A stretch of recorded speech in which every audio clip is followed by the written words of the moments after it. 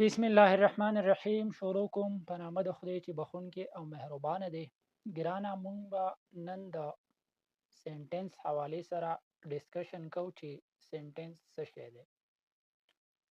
سینټنس د انګلیش ګرامر یو اسینشیل یو امپورټنت فیکټر دی. د سینټنس نه بغیر د انګلیش ګرامر دا نیمګړی دی. نو راځو د سینټنس تعریف کوو او بیا د هغې ټایپس بیانوو on the basis of function. دا غي مثالونه زه تاسو ته بیانوم. نو راځو د سنټنس تعریف لیکو. اول سنټنس څه شی دی؟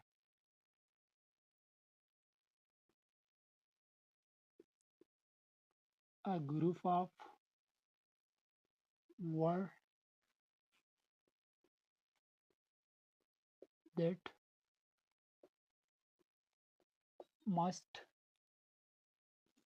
must have a complete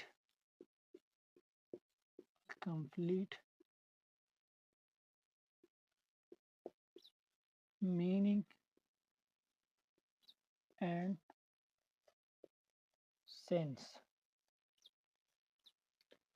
अल्फाज का ऐसा मजमुआ जो पूरा माना रखता है जुमला कहलाता है. د الفاظو داسې مجموعه چې پوره معنی لري هغې ته څه ویلی کېږي؟ هغې ته سینټنس ویلی کېږي. لکه اگزامپل زه تاسو در کوم، بیا به تاسو په هغې باندې پوه شئ. اگزامپل زموږ سره دی: he is a good boy.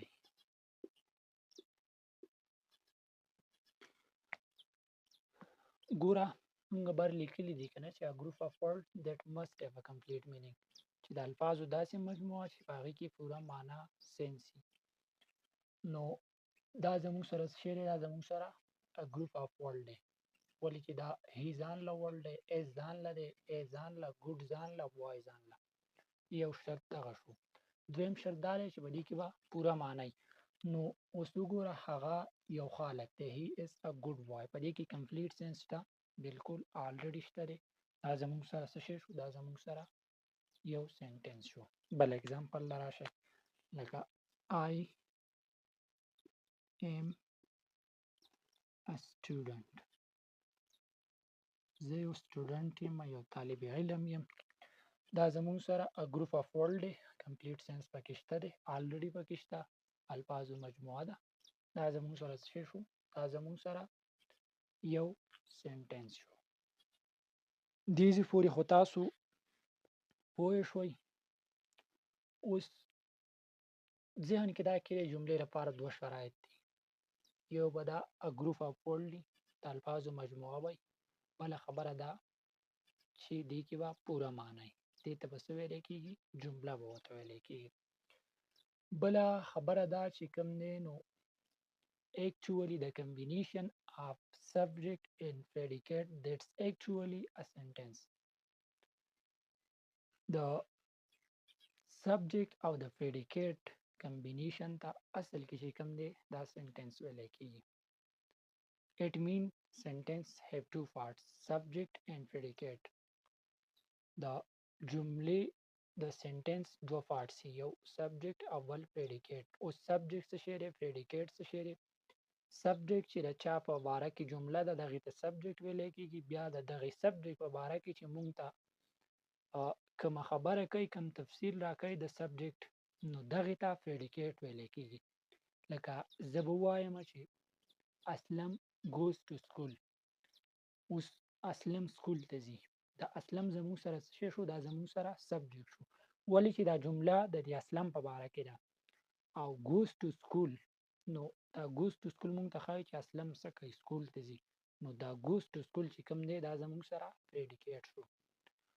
بیا به وروستو په سبجیکټ او په پریډیکیټ باندې په تفصیل سره خبره کوو، خو تاسو دلته کې په ذهن کې صرف دومره کېدوئ چې د سبجیکټ او د پریډیکیټ کمبینیشن چې کوم دی دا یو سینټنس دی. بله اهم کمپلسري خبره پوینټ ټو ریممبر، دا ځان سره یاد ساتئ، په ذهن کې کېږدئ. او د کوم نوټ کې چې تاسو لیکل کوئ نو دا په یو ګوټ کې ولیکئ چې د سینټنس لپاره two essential parts دي، یو subject دی بل زمون سره څه دی verb. یاد ساتئ the subject of the verb نه بغیر sentence دا نشي جوړېدی. په یو جمله کې subject وي verb پکې نه وي نو هغې ته sentence نشي ویلی، یا verb وي او subject نه نو دغې ته sentence نشي ویلی. زه تاسو له اگزامپل در کوم لکه زمونږه په انګلیش کې د ټولو نه وړوکی sentence څه شی دی هغه دی زمونږ سره I am. I زمونږ سره څه شی دی I زمونږ سره subject دی دلته مونږ ووایو که نه، او am زمونږ سره څه شی دی verb دی. نو سنټنس لپاره خو essential parts دا دواړه دي، دا دواړه په دې کې زموږ سره شته، دا زموږ سره څه شو دا زموږ سره یو سنټنس شو. دا ځان سره یاد ساتئ چې د subject او د verb نه بغیر you cannot make any sentence without subject and a verb because the subject and a verb both are the essential part of a sentence. ګوره اوس سوري دا زموږ سره اوس دا زموږ سره څه شی دی come on دا زموږ سره څه شی دی دا زموږ سره expression دی. ولی دا زموږ سره verb دی او دا زموږ سره څه شی دی preposition دی. دلته خو مونږ ویلي چې subject او verb پکې نه وي هغې ته مونږ sentence نشو ویلی. دلته verb شته دی خو subject نشته ډایرکټ preposition راغلی دی نو دې ته مونږ sentence نشو ویلی، دې ته مونږه څه وایو expression. نو دا یو خبره د ځان سره یاد ساتئ. object چې کوم دی اوس object exceptional دی او verb transitive دی نو object به راځي، که verb intransitive دی نو object ضرورت نشته دی. نو امید ده چې د سنټنس په تعریف به تاسو پوه شوي وئ، د هغې په مثالونو به تاسو پوه شوي وئ. اوس راځو types of sentence ته on the basis of function. د sentence type بیانو چې د sentence کم type دي on the basis of function. ایک نمبر type چې زموږ سره کم دی هغه دی assertive sentence. کوم ته چې تاسو declarative sentence، informative sentence، statement sentence ورته وایي، خو ښایسته نوم دی assertive sentence. assertive sentence څه ته وایي چې په کوم کې مونږ یو بیان کوو، مونږ ته معلومات راکوي، داسې قسمه sentence ته assertive sentence وایي. نو تعریف څنګه ولیکم؟ تعریف به ولیکم چې a sentence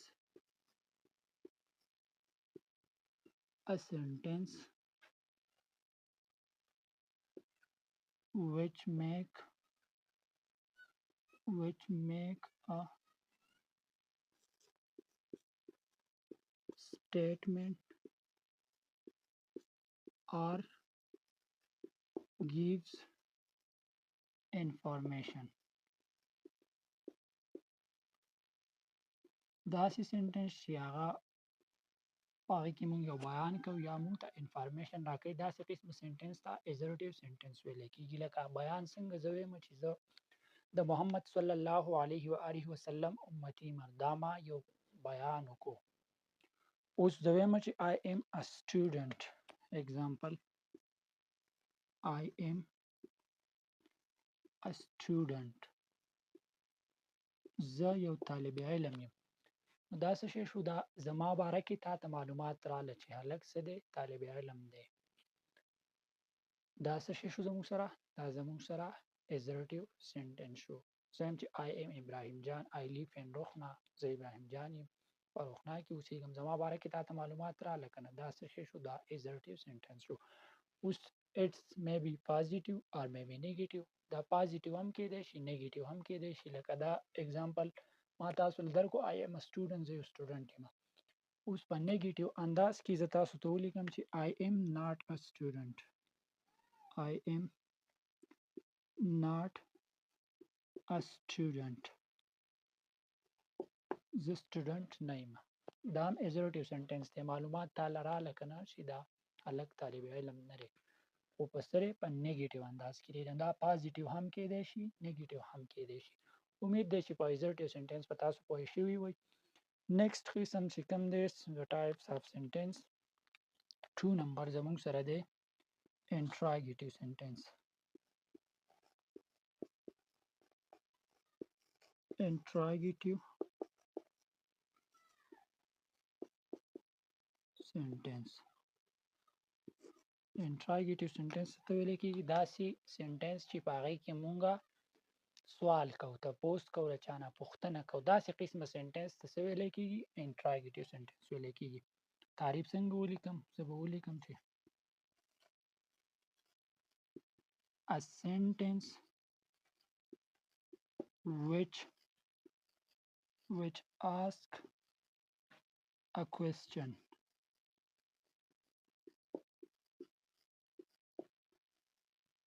is called interrogative sentence. دا پسې تاسو ولیکئ، دا قرباني تاسو وکئ. لکه اگزامپل دله در کومه چې what is your name؟ what is your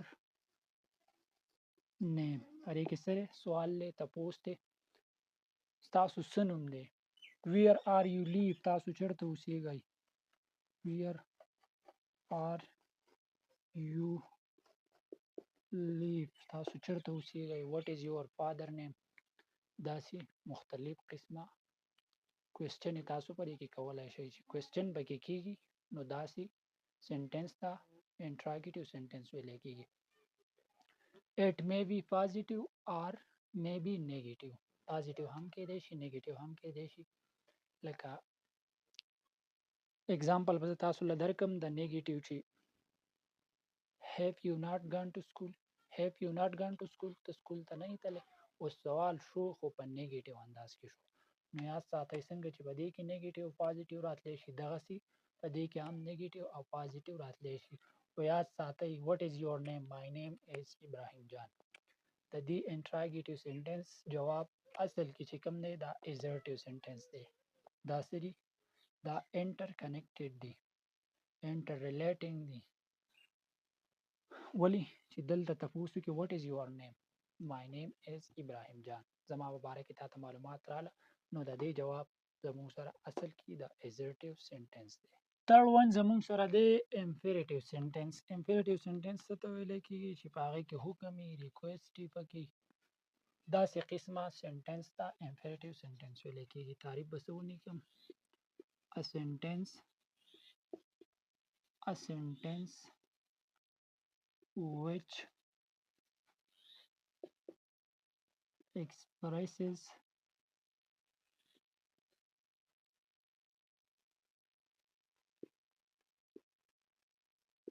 a command, an order or request is called imperative sentence. داسې جمله چې په هغې کې حکم وي یا پکې ریکویسټ وي. لکه اگزامپل زه در کوم چې open the door، دروازه کولاو کا. please bring me a glass of water، please bring me a glass of water، مهرباني وکړه ماته یو ګیلاس اوبه راوړه. داسې چې تاسو پکې حکم کوئ چا سره یو کار، یا پکې درخواست کوئ پلیز هیلپ می، زما مدد وکړه، دا ریکویسټ شو. هوري اپ، جلدي کوه، دا حکم شو. ډونټ ویسټ د ټایم، وخت مه ضایع کوه، دا ایډوایس شو. دا هم زموږ سره په څه کې راځي؟ دا زموږ سره په امپیریټیو سنټنس کې راځي. صحیح دی.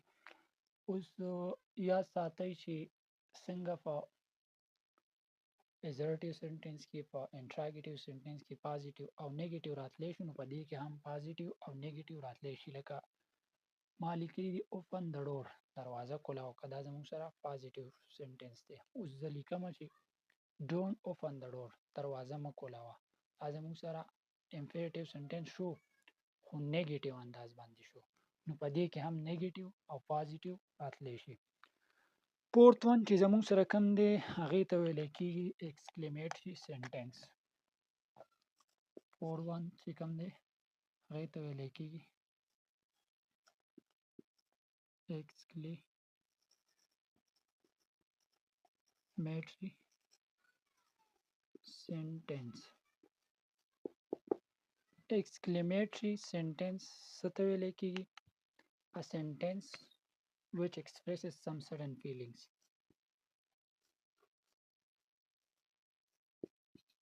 A sentence which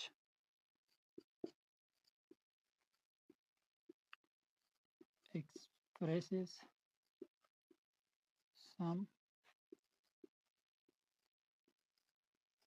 sudden feeling. داسې سنټنس چې هغه اچانک احساساتو اظهار کوي. چې مونږ اچانک احساساتو اظهار کوو داسې سنټنس ته زموږ سره څه ویلی کېږي؟ exclamatory sentence ویلی کېږي. لکه اگزامپل به زه ولیکم What a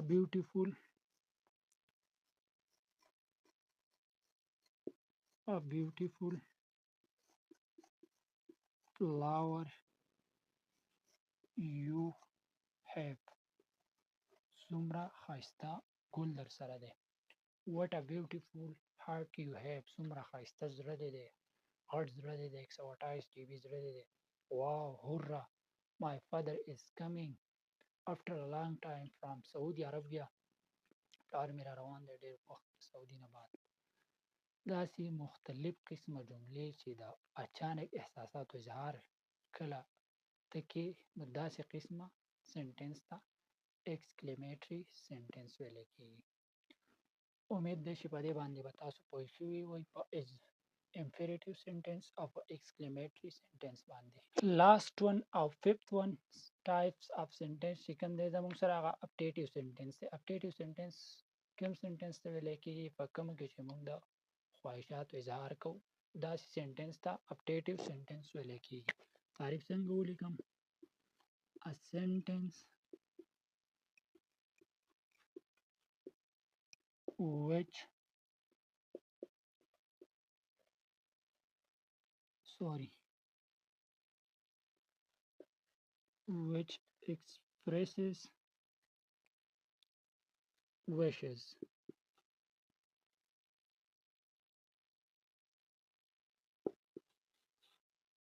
which expresses wishes.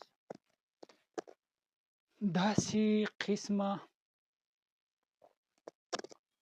سنټنس چې د هغې په ذریعه باندې موږ څه کوو د خواهشاتو اظهار کوو داسې قسمه سنټنس ته aptative sentence ویلی کېږي. تاسو ورته دعایه جمله هم وایي خو په دې کې موږ خیرې هم کوو. لکه اگزامپل به زه تاسو له درکړم May you live long. الله دې تعالی اوږد عمر درکړي. زما سره زما یو خواهش دی زه غواړم چې الله تاسو له اوږد عمر درکړي. دا زموږ سره څه شی شو؟ دا زموږ سره aptative sentence شو. لکه زه ویم چې بل اگزامپل may you success. الله آپ کو کامیاب کرے. الله دې تا کامیاب کړي. دا سره دا زما یو خواهش دی. د خواهش اظهار چې کله کې داسې قسمه سنټنس ته aptative sentence ویلی کېږي. بل اگزامپل may you fail. خدا نخواسته الله آپ کو ناکام کرے. Allah rita fail ki. I have a desire. I have a wish. What's my wish? Your failure. زما خواهش دی چې ته څه شي؟ ته فیل شي. دا زموږ سره څه شی دی؟ دا زموږ سره aptative sentence دی. امید دی چې دا سنټنس په تعریف باندې به تاسو پوه شوي وئ. بیا د هغې په ټایپس باندې به تاسو پوه شوي وئ. که ویډیو درته معلوماتي لګېدلې وي امپورټنټ درته لګېدلې وي نو ملګرو سره شیر کړئ. ولې چې ښه پیغام نورو ته رسول دا یو ښه کار دی. وټساپ ګروپونو کې شیر کړئ او د نورو داسې ویډیوګانو لپاره زما چینل در سره سبسکرایب کړئ او یو ښایسته رای په کمنټ کې د خپلې ښایسته رای اظهار وکړئ. Thank you for watching. Thank you so much.